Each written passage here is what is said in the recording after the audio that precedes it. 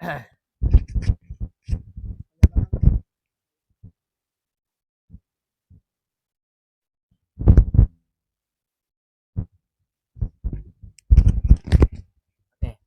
Bismillahirrahmanirrahim. Assalamualaikum warahmatullahi wabarakatuh.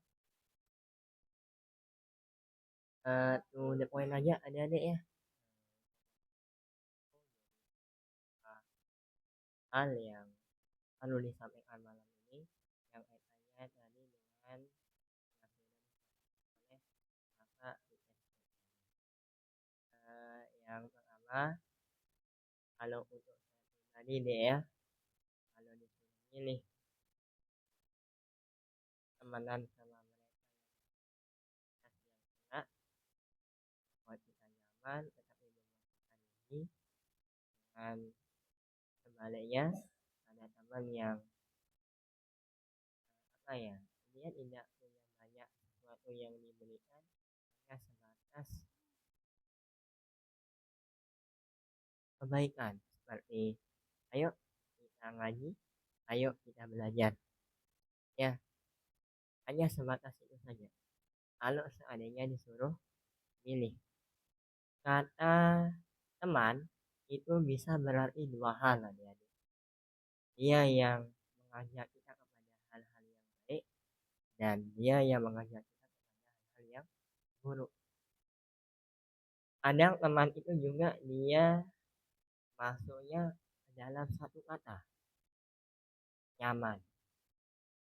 Ada teman yang kalau kita temenan sama dia itu enak, jadi kalau udah sama dia kita tidak mau sama yang lain. Kalau udah sama ini saya tidak mau sama yang itu, dia tidak enak diajak ngobrol. Belajar menjadi anak yang ketika semakin bertambah usianya, tambah juga kedewasaannya. Teman yang kadang membuat kita nyaman adik-adik, nyamannya yang bagaimana sih? Tidur waktu kegiatan, bolos, apalagi pulang tanpa izin, apalagi yang lain. Mungkin ketika kegiatan, kita BAB yuk. Nanti kalau udah selesai kegiatan baru kita balik sekolah kalau udah selesai. Nyaman enggak itu? Ya nyaman. Di teman yang dia tidak mau mengikuti aturan. Tapi sebaliknya, ada juga teman yang nyamannya itu dia lebih nyamannya untuk diajak belajar, diajak murojaah, diajak menghafal dan lain sebagainya. Kuncinya itu ada pada diri masing-masing. Ya sederhana aja deh, orang tua kita. Ya itu aja. Ya perlu disimpulkan sedikit, orang tua dek tidak main-main ketika dia cari nafkah untuk kita. Ya bagi yang masih sehat, mudah-mudahan tetap dilindungi oleh Allah. Bagi mereka yang sudah mendahului, amal ibadah. Ya, untuk mereka yang sudah mati-matian nyari uang, banting tulang dari pagi sampai malam, kita hargai. Ya, kadang ada beberapa teman saya dengar, kenapa pulang? Bantu ibu, tidak ada yang bantu dia. Kenapa pulang? Jagain orang tua dia sakit. Di beberapa kondisi ini, kalau ada yang minta izin dengan kaitannya dengan hal itu, insya Allah kita kasih. Dengan beberapa pengecualian. Pengecualiannya itu nanti, satu, kalau anak itu betul-betul tidak pernah pulang. Akan kelihatan deh, mana anak yang ketika dia tidak pernah pulang, kemudian tiba-tiba, Ustaz, orang tua yang di rumah tidak ada yang jaga. Ibu sendiri, bapak sudah meninggal duluan. Dan bibi atau mungkin siapa lagi keluar kota, jadi tidak ada yang jaga. Boleh tidak yang izin 2-3 hari aja Ustaz nemenin ibu? Boleh. Nah pertanyaannya, dari mana dapat kabar? Mungkin kalau ada nanti ada wali yang WA, kasih dia telepon, tiba-tiba dapat kabar begini begitu, boleh nanti di sana. Dengan catatan betul-betul dijaga orang tuanya sakit. Amin ya. Yang susahnya sekarang ini adalah kita menjaga kepercayaan. Sudah diberikan kepercayaan, usahakan kepercayaan itu dijaga sebaik mungkin. Usahakan. Saya ngajak bukan saya nyuruh. Kenapa? Ya yang namanya manusia nanti akan suka berbuat salah. Yang ngomong bisa jadi nih. Ya nanti ketika dia bilang jaga kepercayaan, mungkin di waktu yang akan datang nanti mungkin saya sudah ya saya udah diamanahkan sama orang tua ya, orang tua sini untuk jaga sudah dia selamat, ternyata kepercayaan itu disalah ya untuk teman nih. Oke, berteman sama siapapun boleh, tidak ada yang melarang, betul deh. Karena apa? Sejatinya kita ini dikenal juga namanya makhluk sosial, makhluk yang memerlukan bantuan orang orang lain. Tapi sekarang dulu nih, cara kita bersosialisasi itu yang bagaimana? Apakah dengan mengajak teman untuk tidak kegiatan? Apakah dengan mengajak teman untuk pulang tanpa izin? Atau sebaliknya, kalau ada teman yang mau pulang tanpa izin, jangan, nanti dihukum, nanti diingetin. Itu baru namanya teman. Dan ingat orang tua tidak tahu kalau anaknya buat masalah. Yang orang tua tahu anak saya itu rajin, dia tidak pernah buat masalah, dia tidak pernah ngebully, dia tidak pernah merokok, dia tidak pernah bawa HP. Itu pandangan orang tua di rumah. Yang orang tua tidak tahu sebenarnya apa yang terjadi di asrama. Beda cerita kalau nanti sini di rumah pembina, ya mungkin akan menyerahkan sepenuhnya karena nanti kalau udah libur tanggung jawab sini itu sama orang orang tua, kalau di asrama tanggung jawab sini sama pembina. Tuh. Nanti tiba-tiba datang orang tua ngomel ini itu ya, kemudian sini tidak menengahi nanti di sana atau mungkin menceritakan hal yang sebenarnya, ini yang susah ya. Ya dek, ada 3 faktor yang mendukung berhasilnya kita di masa yang akan datang: orang tua, lingkungan, atau madrasah, kemudian yang ketiga teman. Dari 3 faktor ini, 2 nih, lingkungan. Lingkungan ini bisa dia masyarakat, bisa juga teman. Ini yang mendukung keberhasilan kita nanti di masa yang akan datang. Baik cara kita bergaul sama orang lain, insya Allah orang lain juga akan baik kepada kita. Begitu pun sebaliknya, kita suka usil sama teman, kita suka jahil sama orang lain, kita suka bohong sama orang lain, maka jangan berharap ketika nanti kita berkata yang sejujurnya, orang lain akan percaya kepada kita. Man zolama zulima. Bagaimana tidak memperlakukan orang lain, begitu juga tidak akan diperlakukan. Kalau mau hidup kita baik nih, belajarlah untuk baik kepada orang lain dengan berlandaskan mencari ridhonya Allah, bukan untuk kan wah umber nah nih baik ya balas baik, wah umber lebih biasa duas umber udang dua-dua. Itu yang pertama. Kemudian yang kedua, ini di ruangan. eh Dulu, kalau ingat dulu nih, di ruang ini ya, di saat kelas 3 yang dulu, 2 ruangan ini, posisi lemari mereka ada yang di tengah, ada yang buat kamar lagi dalam ruangan. Nah, setelah tadi disampaikan sama ini ya, berbincang sama kakak IS sebenarnya, nanti untuk yang merasa mungkin lemarinya itu yang membuat ruangan lagi di dalam ruangan, ini maksudnya nanti diluruskan deh supaya bagian yang kena CCTV itu semuanya kena. Jangan sampai ada di dari apa namanya dari CCTV akan membuat satu sudut yang sudut itu tidak nampak. Misalkan nih di sudut paling sana, ya ada ruangan nih di ruang 2. Lemarinya itu kan harusnya yang hadap yang di selatan semuanya hadap utara. Tapi ada yang lemarinya yang selatan ini hadap timur. Jadi seolah-olah membuat kamar lagi. Nah, dek, kenapa perlu disampaikan hal itu? ada beberapa kemungkinan. Teman-teman yang mungkin nanti ya, yang namanya santri ya kadang-kadang mungkin dia cari celah seperti kemarin laporan dari salah satu wali, ternyata di waktu siang ada yang tetap pulang setelah sekolah atau mungkin di saat jam keluar main. Dan ternyata kalau dia sendiri tidak apa-apa Ustaz. Ini dia bergrup caranya pulang.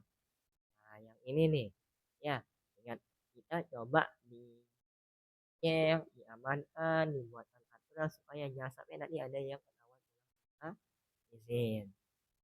Betul deh. Ya nanti ditanya sama orang tuanya eh, sampai mana, ranking berapa. Kalau masalah ranking mungkin ya sudah. Yang penting tidak belajar untuk menaati aturan.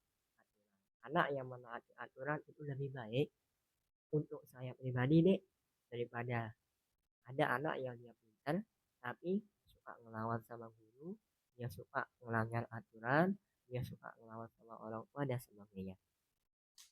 Ya, ini ya yang kedua tadi poinnya yang itu ya, kemarin itu ya. Nanti kasih tahu teman-teman yang lain dan saya minta tolong kalau belum balik nih ya atau mungkin sudah lupa kasih tahu setelah ini langsung perbaiki deh. Bisa ya? Gimana? Tidak usah malu, tidak usah takut. Nanti akan saja. Tadi, saya singgung sedikit. Tadi malam saya penyampaian apa?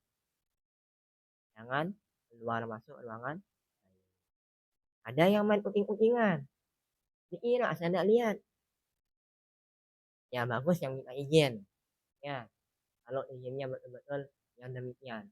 Tapi nanti, tiba-tiba waktu saya hadap sana, tiba-tiba dia keluar dari ruangan. Tolong janganlah begitu. Ya, ini kelas 2, kelas yang paling besar di sini dari kelas 1. Mari kita berikan contoh yang baik kepada adik kelas. Kalau sudah jangan, kalau mau masuk ke ruangan itu harus izin, maka silahkan ikuti. Kenapa? Cara sini yang diam-diam keluar dari ruangan itu sudah memberikan gambaran kepada pembina, khususnya saya, wah, adik yang malah, wah, macam anak. Tiba-tiba,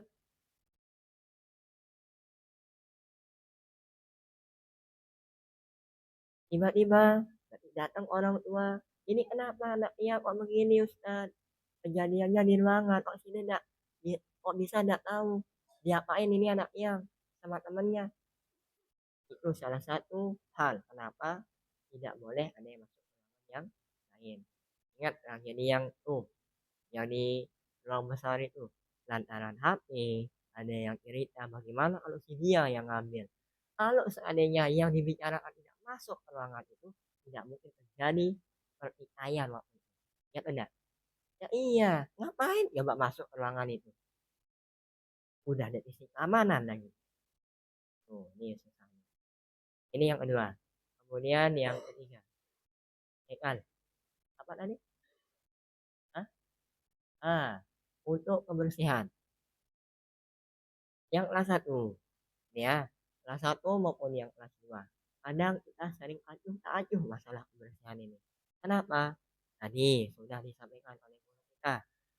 Ada juga ini akan menjadi hal yang mempengaruhi kualitas belajar.